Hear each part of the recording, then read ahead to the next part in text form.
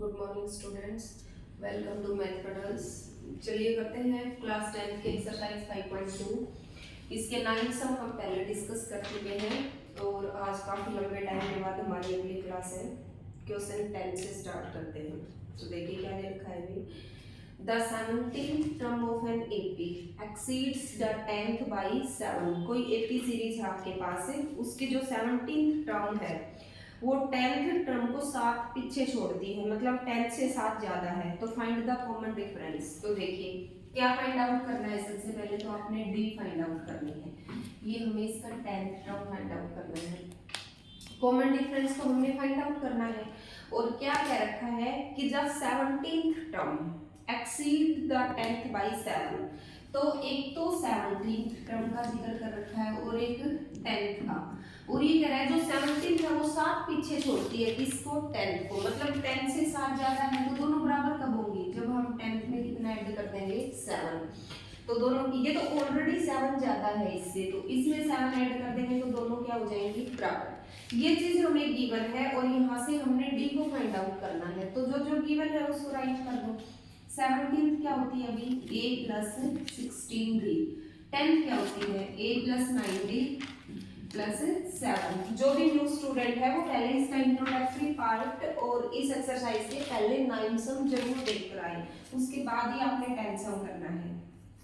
तो देखिए a से a क्या हो जाएगा, कैंसिल, क्योंकि दोनों साइड पॉजिटिव है। किसी भी एक साइड इसको करेंगे तो a क्या हो जाएगा, नेगेटिव। उसके बाद 16d है, 9d इधर आके किसका हो जाएगा भाई, माइनस का, इज इक्वल टू 7। और 16 में से 9 गए तो भी 7d इज इक्वल टू 7 एंड d इज इक्वल टू 7। इधर मल्टीप्लाई में, इधर आके किसमें हो जाएगा, डिवाइड में। 7 से 7 कैंसिल और d की वैल्यू कितनी आ जाएगी, 1। हमने d को ही फाइंड आउट करना था यहाँ पर।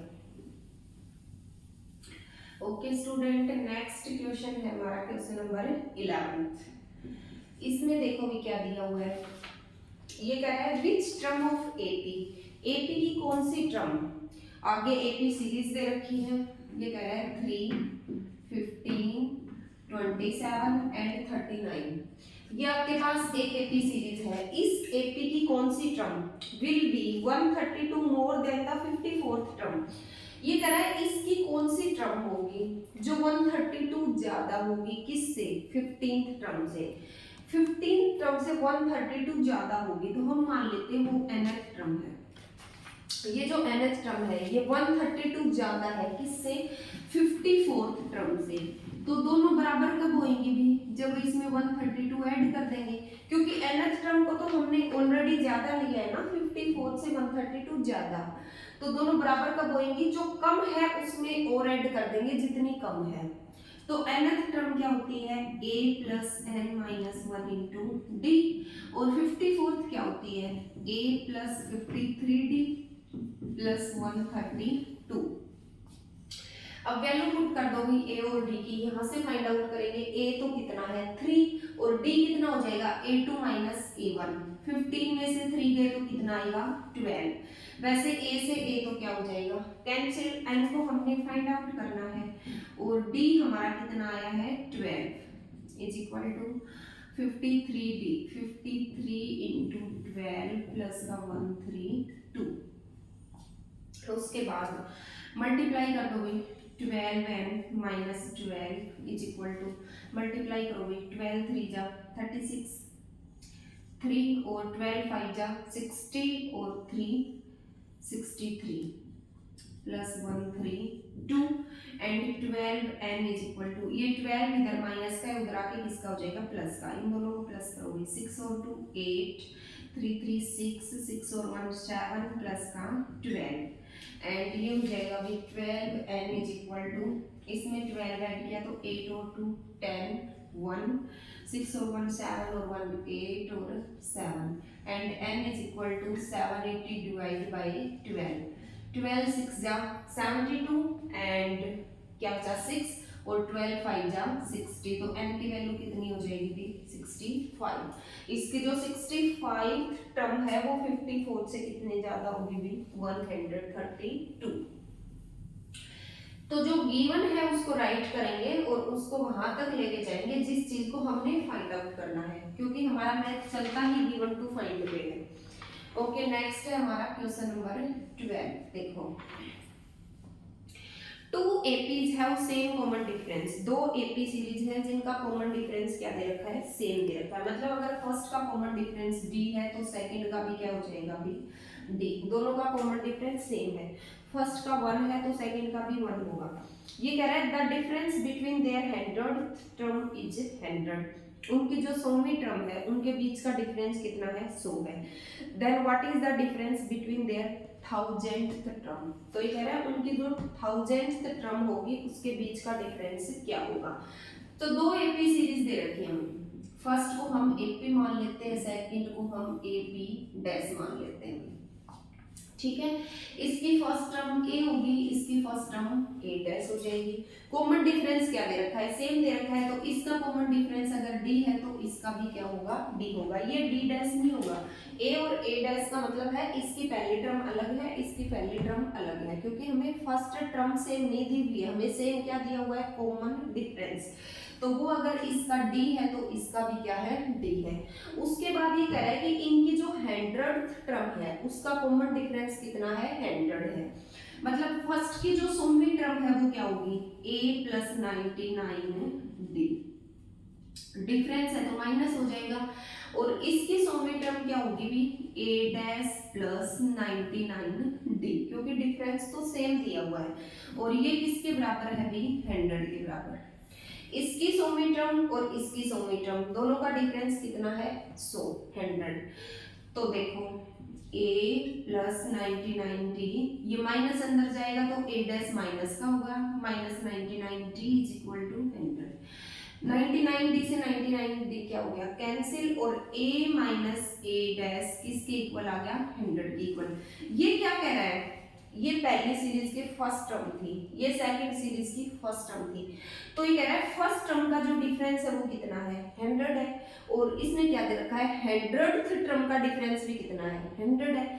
तो 1000th टर्म का डिफरेंस भी क्या हो जाएगा बेटे, 100। क्योंकि सभी पहली का 100 है, सेकंड का 100 है, 100th का 100 है, तो 1000वीं टर्म का भी कॉमन डिफरेंस क्या होगा, 100। सभी का सेम ही रहेगा, क्योंकि कॉमन डिफरेंस तो सेम लाई करता है हमेशा, एपी के अंदर है तो, और एपी के अंदर हमें गिवन है। नेक्स्ट है भी, how many 3 digit number are divisible by 7। Question number 13। ये कह रहा है कि how many 3 digit number are divisible by 7। ये कह रहा है 3 डिजिट के 7 से डिवाइड होने वाले कितने नंबर हैं। तो इसमें हमने एपी का यूज करना है। एपी का यूज करने के लिए क्या चाहिए, हमें एक सीरीज चाहिए। तो देखो 3 डिजिट के नंबर कहाँ से स्टार्ट होते हैं, 100 से, और कहाँ पर खत्म होते हैं, 999 पे, क्योंकि 1000 आने के बाद तो 4 डिजिट हो जाते हैं, और इधर 99 पे 2 डिजिट होते हैं। अब देखो ये तो सिंपल 3 डिजिट का पहला और लास्ट नंबर है, बट हमें क्या चाहिए, 3 डिजिट के 7 से डिविजिबल नंबर चाहिए। तो क्या 100 7 से डिवाइड होता है, नहीं होता। उसके बाद 101 डिवाइड करके देख लेना, नहीं होता। 102 डिवाइड करके देखेंगे तो 7 × 7 32 नहीं होता। 103 ये भी नहीं होता। 104 7 × 7 34 बचेगा, नहीं होता। 105 7 × 7 3 5 7 5 35। तो सबसे पहला 3 डिजिट का नंबर क्या है भाई, 105। उसके बाद 1112 7 7 का डिफरेंस चलता जाएगा, और लास्ट नंबर होता है 3 डिजिट का 999। 999 7 से डिवाइड नहीं होता, ना ही 998 होता है, 997 भी नहीं होता, 996 भी नहीं होता, 5 भी नहीं होता। जो लास्ट है वो क्या होगा भी, 994। आप लोग डिवाइड करके देख लेना चाहिए। तो ये हमें एपी सीरीज दे रखी है, और ये कह रहा है इस सीरीज के अंदर टोटल नंबर ऑफ टर्म्स कितनी है। जितनी नंबर ऑफ टर्म्स होंगी उतने ही ऐसे नंबर होंगे जो 7 से डिवाइड होते हैं। तो देखो number of terms find out करने के लिए क्या यूज करते हैं अभी, an = a + n - 1 × d। इसके अंदर 4 नंबर है, अगर 4 में से कोई भी 3 हमारे पास है तो हम 4th की वैल्यू फाइंड आउट कर सकते हैं। 4 नंबर कौन कौन से हैं, a n last term, a first term, n number of terms और डी कॉमन डिफरेंस। तो देखो फर्स्ट टर्म हमें गिवन है कितनी है 105, लास्ट टर्म हमें गिवन है कितनी है 994 और कॉमन डिफरेंस हमारे पास आ जाएगा, हम सेकंड में से फर्स्ट को माइनस कर लेंगे। और वैसे भी जो नंबर 7 से डिवाइड होते हैं उनके अंदर कॉमन डिफरेंस कितने का होता है 7 का होता है। तो देखो वैल्यू पुट कर दोगे, ए एन की जगह ए एन की वैल्यू 994, ए की जगह ए की वैल्यू 105 प्लस एन को हमने फाइंड आउट करना है एज इट इज छोड़ देंगे और डी की जगह डी की वैल्यू कितनी आ जाएगी 112 में से 105 गए तो कितना बचेगा 7। इसको सोल्व आउट करना है हमें 105 प्लस मल्टीप्लाई कर लो या मतलब और इजी टाइप से करना है तो मल्टीप्लाई रहने दो इज इक्वल टू 994, ये सीरीज है हमारे पास।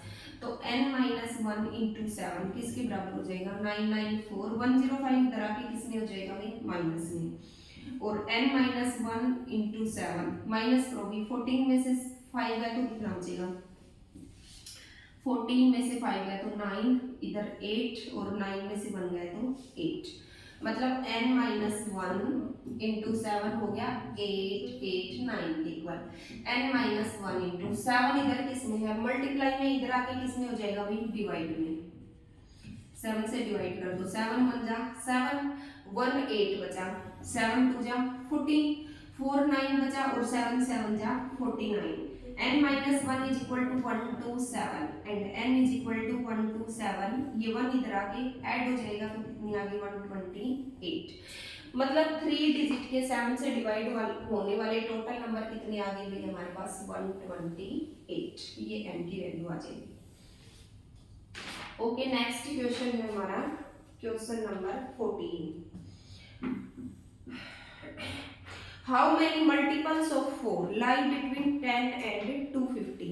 10 और 250 के बीच में 4 के कितने मल्टीपल्स लाई करते हैं, तो अब की बार भी किसकी वैल्यू फाइंड आउट करनी है n की।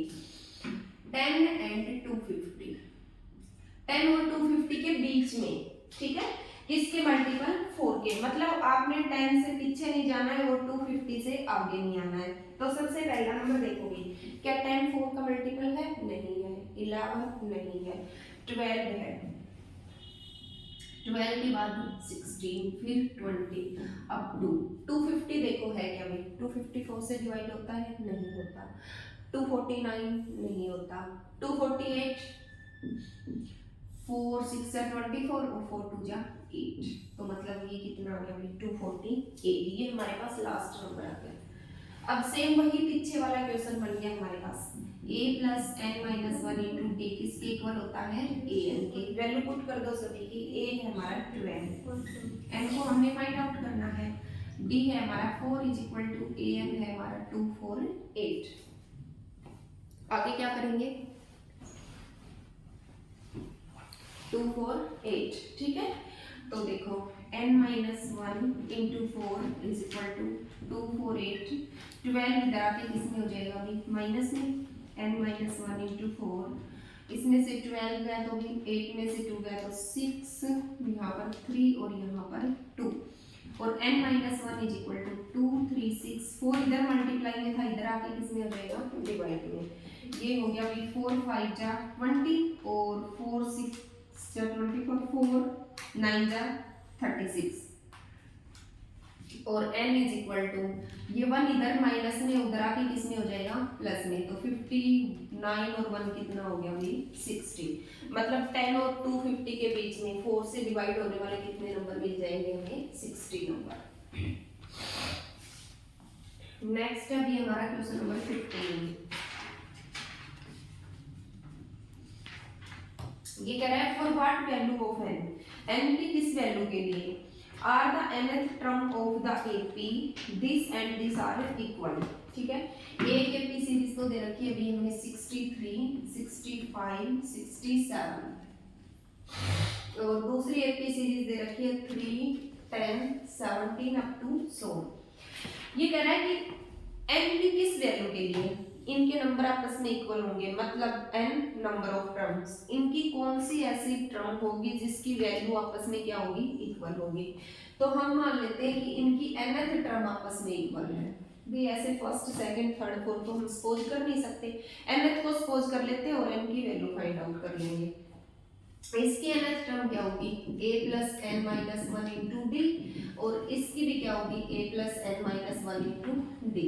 अब की बार a को a से कैंसिल नहीं करना है, क्योंकि a इसके लिए कुछ अलग है और इसके लिए अलग है।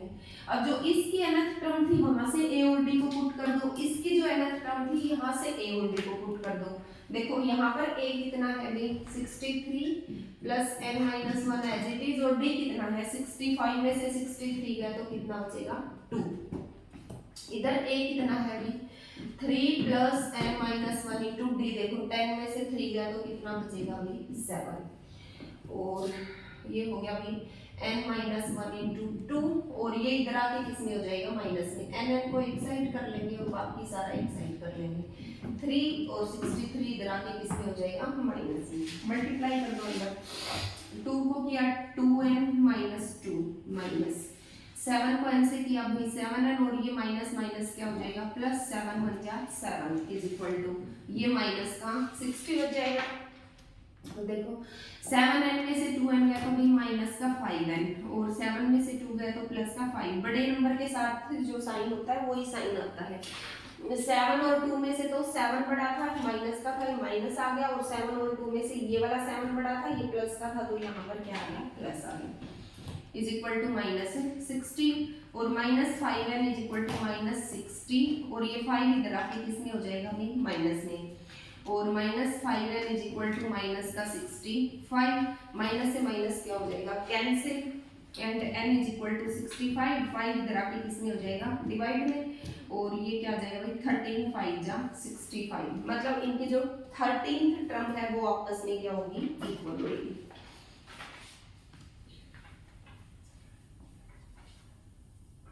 दोनों सीरीज के। नेक्स्ट अभी हमारा क्वेश्चन नंबर 16। 16 में देखो क्या दे रखा है, डिटरमाइन द एपी, हमने एपी सीरीज को डिटरमाइन करना है। तो सबसे पहले देखो जो लाइन में राइट बोल दिया उसको राइट कर लो। एपी सीरीज डिटरमाइन करनी है, क्या होती है अभी a plus d, a plus 2d, a plus 3d up to सोन, मतलब इस सीरीज को हमने फाइंड आउट करना है, और इस सीरीज को फाइंड आउट करने के लिए हमें क्या चाहिए ए और डी की वैल्यू चाहिए। उसके लिए हमें आगे क्वेश्चन में दिया हुआ है, क्या दिया हुआ है अभी whose थर्ड टर्म इज 16, आप उस एपी सीरीज को डिटरमाइन कीजिए जिसकी थर्ड टर्म कितनी दी हुई है 16, and the seventh term exceeds the fifth by 12, और जो सेवंथ टर्म है वो फिफ्थ टर्म को पीछे छोड़ती है कितने से 12 से, तो दोनों टर्म बराबर कब हो जाएंगी, सेवंथ तो ऑलरेडी ज्यादा है फिफ्थ से कितनी 12, तो फिफ्थ में अगर 12 ऐड कर दे तो दोनों आपस में क्या हो जाएंगे भी बराबर। ये दो कंडीशंस हमें दी हुई है, और इन दोनों कंडीशन से हमने क्या फाइंड आउट करना है, इस एपी सीरीज को फाइंड आउट करना है। इसका मतलब इन दोनों से हमारे पास क्या आएगी ए और डी की वैल्यू।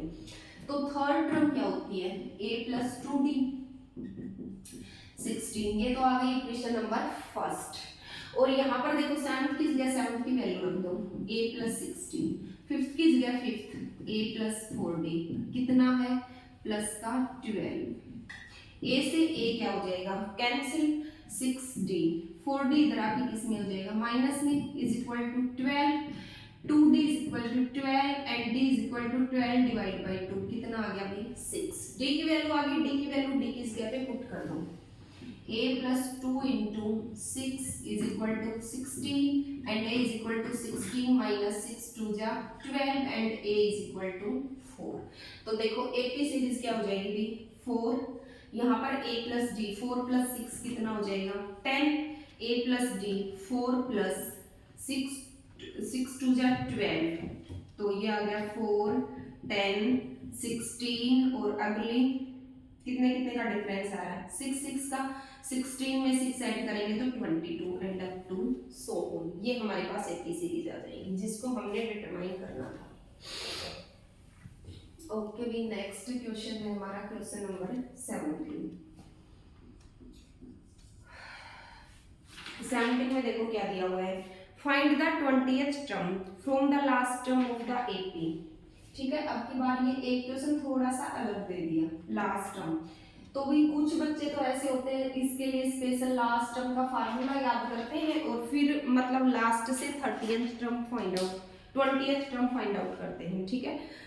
उस एक फार्मूले में आप कंफ्यूज हो जाओगे, सिर्फ एक क्वेश्चन के लिए लास्ट टर्म का फार्मूला याद करना, ठीक है, उसकी कोई जरूरत नहीं है। इसको हम सेम उसी फार्मूले से भी फाइंड आउट कर सकते हैं। देखो 20th टर्म फाइंड आउट करनी है कहाँ से, इधर से, तो हम सीरीज को ही एक्सचेंज कर लेंगे 253 अप टू 13 8 एंड 3, ये सीरीज दी हुई है। अब देखो 20th टर्म फाइंड आउट करनी है कहाँ से, फर्स्ट से, और 20th टर्म क्या होती है a प्लस 19d, मतलब इसको कैलकुलेट करना है हमने।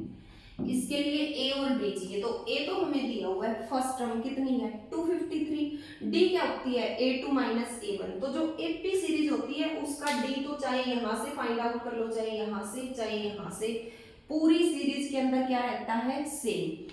तो लास्ट से फाइंड आउट कर लोगे 3 माइनस 8 किसके इक्वल हो जाएगा, -5 के इक्वल, तो d कितना आ गया -5, a किस गई की वैल्यू 253 प्लस 19 इंटू डी कितना है -5, 253 माइनस 19 5 जा 95, माइनस कर दोगे 13 में से 5 गया तो 8, 14 में से 9 गया तो 5 एंड 1, ये इसकी क्या हो जाएगी भी 20th term.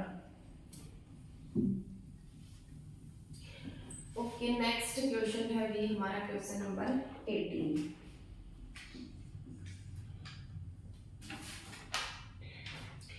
The sum of the fourth and eighth term of an AP is 24। एक AP सीरीज है, उसकी फोर्थ और एट्थ टर्म का सम दे रखा है भाई 24, मतलब ये हमारी फोर्थ टर्म हुई, ये हमारी एट्थ, और इन दोनों का सम दे रखा है भाई कितना है 24।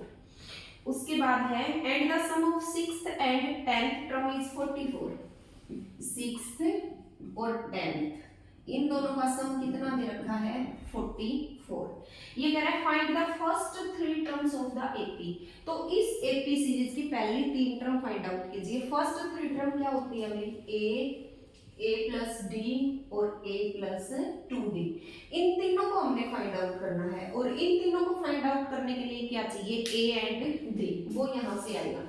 फोर्थ की जगह फोर्थ की value a plus 3d, eight की जगह एट की value a plus 70 is equal to 24। Solve कर लोगे a और a कितना हो गया 2a प्लस 7 और 3 10d इज इक्वल टू 24। ये तो आ गई हमारी इक्वेशन नंबर फर्स्ट। अब सेकंड यहाँ से आएगी सिक्स्थ, क्या होता है a प्लस 5d प्लस में 10th a प्लस 9d कितना दे रखा है 44। ऐड कर लो बेटे a और a कितना हो गया 2a प्लस 5 और 9 कितने हो गए 14d इज इक्वल टू 44। ये आ गई इक्वेशन नंबर सेकंड। दोनों को सोल्व करके a और d निकालो, सेम वही जो हम थर्ड चैप्टर में करते थे। ये एलिमिनेशन मेथड या substitution method, minus minus minus 2a से 2a क्या हो जाएगा कैंसिल, और माइनस के 14 में से प्लस का 10 गया तो माइनस का 4d is equal to minus 44 में से 24 गया तो 0 2, माइनस से minus cancel, d is equal to 20 divide by 4 कितना आ जाएगा 5। d की वैल्यू आ गई, अब d की जगह पे पुट कर दो, ये था 2a प्लस d की जगह पे 5 पुट करेंगे तो 10 5 जा 50 is equal to 24 and 2a is equal to 24 minus 50, और 2a इज इक्वल टू ये बचेगा भी माइनस का, क्योंकि माइनस का नंबर बड़ा है, 10 में से 4 गया तो 6 और 4 में से 2 गया तो 2 and a is equal to minus 26 divide by 2 कितना आ जाएगा माइनस का 13। अब देखो ये 3 नंबर फाइंड आउट करने थे। फर्स्ट तो आ गया माइनस का 13, सेकंड माइनस का 13 प्लस d, माइनस 13 प्लस 5 कितना बचेगा माइनस 8, और नेक्स्ट आ जाएगा 13 प्लस 2 से माइनस का 13 प्लस 5 2 जा 10, तो ये कितना बचेगा भी माइनस का 3। ये 3 नंबर्स आ जाएंगे हमारे पास। फर्स्ट 3 नंबर्स ही फाइंड आउट कर लेते हैं। नेक्स्ट है भी क्वेश्चन नंबर 19। देखो 19 में क्या दिया हुआ है, Subhara started work in 1995 at an annual salary of 5000. Subbarao कोई पर्सन है, उसने 1995 में अपना काम स्टार्ट किया, ठीक है, 1995 में, किससे भी, एनुअल सैलरी से। उसकी पूरे साल की जो एनुअल सैलरी थी वो कितनी थी, 5000 रुपए मिलते थे। And received an increment of 200 each year, और उसके बाद प्रत्येक साल उसे एक इंक्रीमेंट मिलता था, कितने रुपए का, 200 का। In which year did his income reach 7000, तो ये कह रहा है कौन सा ईयर होगा जब उसकी इनकम कितनी पहुंच जाएगी, 7000। तो देखो क्या दे रखा है, पहले साल में उसे सैलरी मिली कितनी, 5000, अगले साल इंक्रीमेंट हुआ 200 का, तो कितनी होगी, 5200, फिर 200 का इनकम इंक्रीमेंट लगा 5400, और ये ऐसे चलती चलती कितनी पहुंच गई भी, 7000। तो ये जो सैलरी मिली उसे ये किसमें मिली, 1995 में। तो ये कह रहा है जब उसको 7000 मिलेगी तो कौन सा ईयर होगा, ठीक है। तो क्या फाइंड आउट करना है, कौन सा ईयर होगा, मतलब number of year, number of terms को फाइंड आउट करना है। और उसके लिए हमारे पास क्या होता है, a plus n minus 1 into d किसके इक्वल होता है, ए एन के। वैल्यू पुट कर दूंगी, a कितना है 5000, n को हमने फाइंड आउट करना है इंटू डी, हर साल कितने का इंक्रीमेंट हो रहा है, 200 का, तो कॉमन डिफरेंस कितना आ रहा है, 200 ही आ रहा है, is equal to a n कितना है भी, 7000, और n माइनस 1 इंटू 200, और ये 5000 इधर आके किसमें हो जाएगा, माइनस में, और 7000 में से 5000 गया तो कितना बचेगा, 2000, and n minus 1 is equal to, ये 200 इधर किसमें है, मल्टीप्लाई में, इधर आके किसमें हो जाएगा, डिवाइड में, 20 से 20, और ये कितना आ गया 10, n minus 1 is equal to 10 and n is equal to 1, इधर आके ऐड हो जाएगा, कितना हो गया भाई 11, मतलब 11 ईयर बाद उसकी सैलरी जो है वो कितनी हो जाएगी, 7000। तो 1995 में 11 ऐड करेंगे तो कितना आ जाएगा भाई, 6002, मतलब कौन से ईयर में मिलेगी उसे, 2006 में। कितने साल बाद पूछता, तो 11 ईयर बाद। ओके स्टूडेंट, इस एक्सरसाइज का लास्ट क्वेश्चन और आज का भी लास्ट क्वेश्चन, क्वेश्चन नंबर 20। ये कह रहा है Ramkali saved 5 rupees in the first week of year. Ramkali कोई फीमेल पर्सन है, वो साल के पहले वीक में 5 रुपए बचाती है, then increase his weekly saving by 1.75, और आगे मतलब पूरे साल में वो हर वीक में अपनी वीकली सेविंग को इंक्रीज करना शुरू करती है, कितने से, 1.75 से। ये कह रहा है if in the nth week his weekly saving become 20.75, ये कह रहा है कितने वीक बाद, या इसने दे दिया nth वीक बाद जो वीकली सेविंग है वो 20.75 हो जाएगी। तो आप n की वैल्यू फाइंड आउट कीजिए। तो देखो पहली सेविंग है उसकी 5 रुपीज, उसके बाद इंक्रीज करती है 1.75 से, तो कितनी हो जाएगी 6.75, फिर 1.75 से 1.75 से 5 5 0 1 14 और 1 15 1 8.50, मतलब ऐसे इंक्रीज होती जाती है और कहाँ तक पहुंच जाती है 20.75 से। किसकी वैल्यू फाइंड आउट करनी है, n की। n के लिए एक ही चीज है हमारे पास, a plus n minus 1 into d किसके इक्वल होता है, ए एन के। पुट कर दोगे, a कितना है 5, n को हमने फाइंड आउट करना है, d कॉमन डिफरेंस इसने दे रखा है कितने का है 1.75 का, a n कितना है भी 20.75 इंटू 1.75 इज इक्वल टू 20.75। ये 5 इधर प्लस में है, उधर आके किसमें हो जाएगा भी माइनस में। अब देखो मतलब कई बच्चे माइनस करने में कंफ्यूज होते हैं क्योंकि ये पॉइंट में है, ये पॉइंट में नहीं है, तो एज इट इज राइट कर लो। पॉइंट के बाद कुछ नहीं है तो क्या राइट कर सकते हैं 0, तो ये बच जाएगा 0.75 और इधर 20 में से 5 है तो कितना बचेगा 15। n minus 1 is equal to 15.75 और ये इधर मल्टीप्लाई में, इधर आके किसमें हो जाएगा बेटे डिवाइड में। 2 पॉइंट के बाद ऊपर है, 2 पॉइंट के बाद नीचे है, पॉइंट से पॉइंट तो क्या हो जाएगा कैंसिल, और अब इसको कैंसिल कर देना भी, मतलब जिसको डायरेक्ट आता है वो तो डायरेक्ट कर देना और डायरेक्ट नहीं आता तो 5 से कर देना। 5 3 जा 15, 5 5 जा 25, 5 3 जा 15, 5 1 जा 5, 5 5 जा 25, मतलब हमारे पास आ गया 315 डिवाइड बाई 35। 5 7 जा 35, 5 6 जा 30, 5 3 जा 15। उसके बाद 7 9 जा 63, मतलब n minus 1 is equal to 9 and n is equal to 9, 1 इधर आके ऐड हो जाएगा इज इक्वल टू 10, मतलब 10 वीक बाद उसकी जो सेविंग है वो कितनी हो जाएगी 20.75। ओके स्टूडेंट, नेक्स्ट लेक्चर में हम 5.3 करेंगे। कोई भी न्यू स्टूडेंट अगर चैनल को देखता है तो प्लीज लाइक शेयर सब्सक्राइब जरूर करें। ओके।